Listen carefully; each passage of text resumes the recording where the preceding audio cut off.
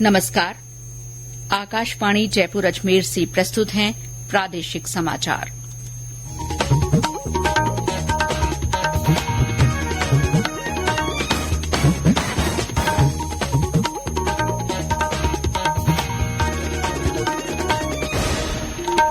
मुख्य समाचार। वरिष्ठ भाजपा नेता और प्रधानमंत्री नरेंद्र मोदी ने कोटपूतली के पास चुनावी सभा की। पूर्व मुख्यमंत्री अशोक गहलोत ने जोधपुर और पाली में नामांकन रैलियों को संबोधित किया। राजस्थान सीजर के मामले में देश में पहले स्थान पर।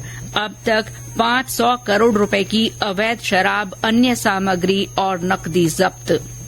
मुख्य सचिव ने स्वतंत्र और भयमुक्त मतदान के लिए अपराधियों की पहचान कर उन पर सख्त कार्रवाई के निर्देश दिए।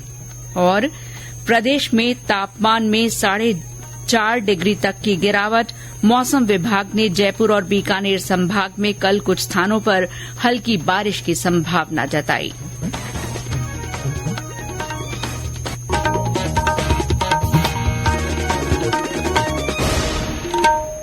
समाचारों के साथ मैं शीला चावला। और अब समाचार विस्तार से। भाजपा के वरिष्ठ नेता और प्रधानमंत्री नरेंद्र मोदी ने आज कोटपूतली के पास प्रदेश में अपनी पहली चुनावी सभा को संबोधित किया। उन्होंने कहा कि राजस्थान ने 2014 और 2019 में सभी 25 सीटें भाजपा को दी थीं और इस बार भी ऐसा ही होने वाला है। श्री मोदी ने कहा कि ये सामान्य चुनाव नहीं बल्कि विकसित भारत और विकसित राजस्थान का चुनाव है। ये चुनाव भारत को दुनिया की तीसरी सबसे बड़ी अर्थव्यवस्था बनाने के लिए है। ये चुनाव भ्रष्टाचार को जड़ से उखाड़ने, आत्मनिर्भर भारत और किसानों की समृद्धि के संकल्प का चुनाव है। वो कहते हैं भ्रष्टाचारियों को बचाओ, मोदी कहता है भ्रष्टाचार हटाओ। निर्णय आपको करना है। इतना ही नहीं साथियों, जनता के दरबार में हार चुका इंडी अलायंस अब कैसे मंसूबे पाल चुका है, इसकी भी झलक लगातार देखने को मिल रही है। कांग्रेस और इंडी गठबंधन की आलोचना करते हुए श्री मोदी ने कहा कि विपक्षी दल देश के लिए नहीं बल्कि परिवार के लिए चुनाव लड़ रहे हैं। उन्होंने कहा कि ये पहला ऐसा चुनाव है जिसमें विपक्षी पार्टियां अपने परिवार को बचाने के लिए रैलियां कर रही हैं। किसानों, गरीबों और पिछड़ों के लिए बनाई गई कल्याणकारी योजनाओं की चर्चा करते हुए श्री मोदी ने कहा कि पिछली सरकारों ने जिनको पूछा तक नहीं, उनको उनकी सरकार ने पूजा है। पूर्वी राजस्थान कैनाल परियोजना का जिक्र करते हुए श्री मोदी ने कहा कि कांग्रेस ने इस परियोजना को बरसों से लटका रखा था, लेकिन भाजपा ने इस काम को प्राथमिकता से किया। इससे पूर्वी राजस्थान में विकास को नई गति मिलेगी। पूर्वी राजस्थान कैनाल प्रोजेक्ट ईआरसीपी परियोजना को कांग्रेस ने दशकों से लटका कर रखा था। भाजपा सरकार ने हरियाणा से आने वाले यमुना के पानी के मुद्दे को भी हल कर दिया है। इन फैसलों से, इन परियोजनाओं से यहां के लोगों और किसानों को बहुत बड़ा फायदा होगा। दूसरी ओर कांग्रेस के प्रदेश अध्यक्ष गोविंद सिंह डोटासरा, पूर्व मुख्यमंत्री अशोक गहलोत और पार्टी के वरिष्ठ नेताओं ने पाली और जोधपुर में पार्टी प्रत्याशियों की नामांकन रैलियों को संबोधित किया। पाली में नामांकन रैली को संबोधित करते हुए श्री डोटासरा ने कहा कि जनता को केंद्र सरकार के पिछले 10 साल और मनमोहन सिंह सरकार के 10 सालों के काम की तुलना करनी चाहिए। उन्होंने दावा किया कि कांग्रेस की पूर्ववर्ती राज्य सरकार ने भी अच्छा काम किया। श्री गहलोत ने जोधपुर में पार्टी प्रत्याशी के समर्थन में सभा की। उन्होंने कहा कि केंद्र सरकार की योजनाओं से राजस्थान के लोगों को कोई फायदा नहीं मिला। ये बात करते हैं जमुना का पानी की झुन्नू के लिए, अबाल वध करने लग गए हैं। झूठ बोलना तो इनकी फितरत के अंदर है। उसने देश में क्या किया और राजस्थान में क्या किया। विज्ञापन नहीं, माए ले लो, जल जीवन मिशन, हर घर में जल पहुंचेगा। पूछो, संजीवनी अपने आप में बड़ा घोटाला है। आप बताइए, 1.5 लाख लोग बर्बाद हो गए। 1.5 लाख कोई उपलब्धि बताया, वो एक भी पता है कि मैंने ये काम बड़ा काम किया है। राज्य में लोकसभा चुनाव के दूसरे चरण के लिए नामांकन भरने के वास्ते अब केवल 2 दिन का समय बचा है। आज भाजपा और कांग्रेस के अलावा अन्य दलों और कुछ निर्दलीय प्रत्याशियों ने भी पर्चे भरे हैं। भारतीय जनता पार्टी के प्रदेश अध्यक्ष सीपी जोशी ने आज चित्तौड़गढ़ लोकसभा सीट के लिए नामजदगी का पर्चा भरा। इसी तरह झालावाड़ लोकसभा क्षेत्र से भाजपा प्रत्याशी दुष्यंत सिंह ने अपना नामांकन पत्र दाखिल किया। टोंक सवाई माधोपुर लोकसभा सीट से भाजपा के सुखबीर सिंह जौनापुरिया ने आज अपना नामांकन पत्र भरा। पाली लोकसभा क्षेत्र से कांग्रेस प्रत्याशी संगीता बेनीवाल ने और जोधपुर से कांग्रेस के करण सिंह उचियारड़ा ने नामांकन पत्र भरे। राज्य में अलग अलग एनफोर्समेंट एजेंसियों ने मार्च महीने की शुरूआत से अब तक नशीली दवाओं, शराब, कीमती धातुओं, फ्री बीज यानी मुफ्त बांटी जाने वाली वस्तुओं और अवैध नकद राशि के रूप में लगभग 500 करोड़ रुपए की जब्ती की है, जो देश में सर्वाधिक है। निर्वाचन विभाग के निर्देश पर लोकसभा आम चुनाव 2024 के मद्देनजर आदर्श आचार संहिता लागू होने के बाद 16 मार्च से अब तक एजेंसियों द्वारा पकड़ी गई वस्तुओं की कीमत 400 करोड़ रुपए से ज्यादा है। जोधपुर में सबसे अधिक 39 करोड़ 31 लाख रुपए की वस्तुएं और नकदी पकड़ी गई है। राज्य के 17 जिले ऐसे हैं जहां 13 करोड़ रुपए से ज्यादा की जब्ती की गई है। गौरतलब है कि राज्य में लोकसभा चुनावों के दौरान राज्य पुलिस, राज्य एक्साइज, नारकोटिक्स विभाग और आयकर विभाग द्वारा कड़ी निगरानी रखी जा रही है और किसी भी संदेहास्पद मामले पर नियमानुसार कार्रवाई की जा रही है। मुख्य सचिव सुधांश पंत ने कहा है कि चुनाव के समय मतदाता को मतदान के लिए स्वतंत्र और भयमुक्त वातावरण देना पुलिस की जिम्मेदारी है। उन्होंने चुनावों को प्रभावित करने की मंशा रखने वाले तथा आमजन में भय के वातावरण बनाने वाले अपराधियों की पहचान कर उन पर सख्त कार्रवाई के निर्देश दिए। श्री पंत आज जयपुर में लोकसभा चुनाव के दौरान कानून व्यवस्था को लेकर पुलिस विभाग के साथ आयोजित समीक्षा बैठक को संबोधित कर रहे थे।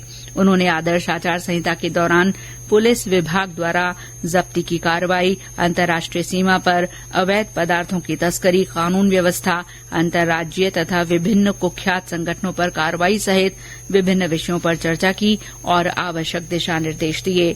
पुलिस महानिदेशक उत्कल रंजन साहू ने कहा कि शांतिपूर्ण तरीके से चुनाव संपन्न कराने के लिए पुलिस द्वारा संवेदनशील इलाकों में प्रभावी कार्रवाई की जा रही है।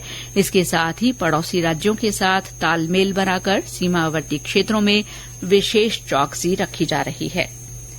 प्रदेश में लोकसभा चुनावों के लिए जिलों में जोर शोर से तैयारियां की जा रही हैं। जयपुर लोकसभा निर्वाचन क्षेत्र और जयपुर ग्रामीण लोकसभा निर्वाचन क्षेत्र में 19 अप्रैल को होने वाले मतदान के लिए 4000 से ज्यादा मतदान केन्द्र और सहायक मतदान केन्द्रों की स्थापना की गई है। सवाई माधोपुर में जिला निर्वाचन अधिकारी डॉ खुशहाल यादव और जिला पुलिस अधीक्षक ममता गुप्ता ने खेरदा एसएसटी चेकपोस्ट और एफएसटी टीम द्वारा लोकसभा चुनाव में प्रतिबंधात्मक सामग्री की रोकथाम के लिए की जा रही जांच का आकस्मिक निरीक्षण किया। दोनों अधिकारियों ने मतदान केन्द्रों का भी जायजा लिया। प्रदेश में निर्वाचन विभाग द्वारा जागरूकता गतिविधियों, कार्यक्रमों और नवाचारों के माध्यम से अंतिम छोर तक के हर श्रेणी के मतदाता को जागृत करने का प्रयास किया जा रहा है। बूंदी में मत योग जागृति अभियान के तहत मतदान पर युवा परिचर्चा और संगोष्ठी का आयोजन किया गया। सांचौर के सरकारी कॉलेज में मतदाता जागरूकता विषय पर गायन प्रतियोगिता हुई। जैसलमेर में जिले के सभी स्कूलों और कॉलेजों में नव मतदाताओं के स्वागत के कार्यक्रम हुए। भरतपुर में नुक्कड़ नाटक के माध्यम से वोट डारबे जरूर जइयो थीम पर मतदाताओं को जागरूक किया गया। चूरू जिले में स्वीप कार्यक्रम के तहत बैंड बाजे के साथ दूल्हे को घोड़ी पर बैठाकर वोट बारात निकाली गई। केकड़ी में सरकारी स्कूलों और कॉलेजों के बच्चों, आंगनबाड़ी कार्यकर्ताओं, वोट मित्रों और राजीविका सखी द्वारा सभी मतदाताओं के नाम आमंत्रण पत्र लिखवाए गए। साथ ही मतदाता जागरूकता के लिए दिव्यांग वृद्ध जन सम्मेलन भी हुआ। जोधपुर में आज से मतदान वाटिका कार्यक्रम का आगाज हुआ। लोकसभा चुनाव के मद्देनजर आकाशवाणी समाचार जयपुर की ओर से मतदाता जागरूकता के लिए संदेश श्रृंखला चलाई जा रही है। इसमें श्रोता संदेश भेजकर आमजन को वोट डालने के लिए प्रेरित कर सकते हैं। श्रोता अपने संदेश रिकॉर्ड कर या टाइप कर व्हाट्सएप नंबर 9414052368 पर भेज सकते हैं। चुनिंदा संदेशों को समाचार बुलेटिनों में स्थान दिया जाएगा। आज सुनिए मतदान के संदेश वाली छोटी सी कविता, जिसे हमारे श्रोता पूनाराम ने खींवसर नागौर से लिखकर भेजा है। फिर घंटी बज चुकी है आने वाले चुनाव की, आओ मिलकर हम सब मतदान करेंगे। अम्मा बहना काकी चाची सुन लो तुम भी भैया भाभी, है चुनाव अब जल्दी आने वाले, घर घर पहुंचे नेताजी। करके सवाल सच झूठ की पहचान करेंगे, आओ मिलकर हम सब मतदान करेंगे। ये समाचार आकाशवाणी जयपुर अजमेर से प्रसारित किए जा रहे हैं।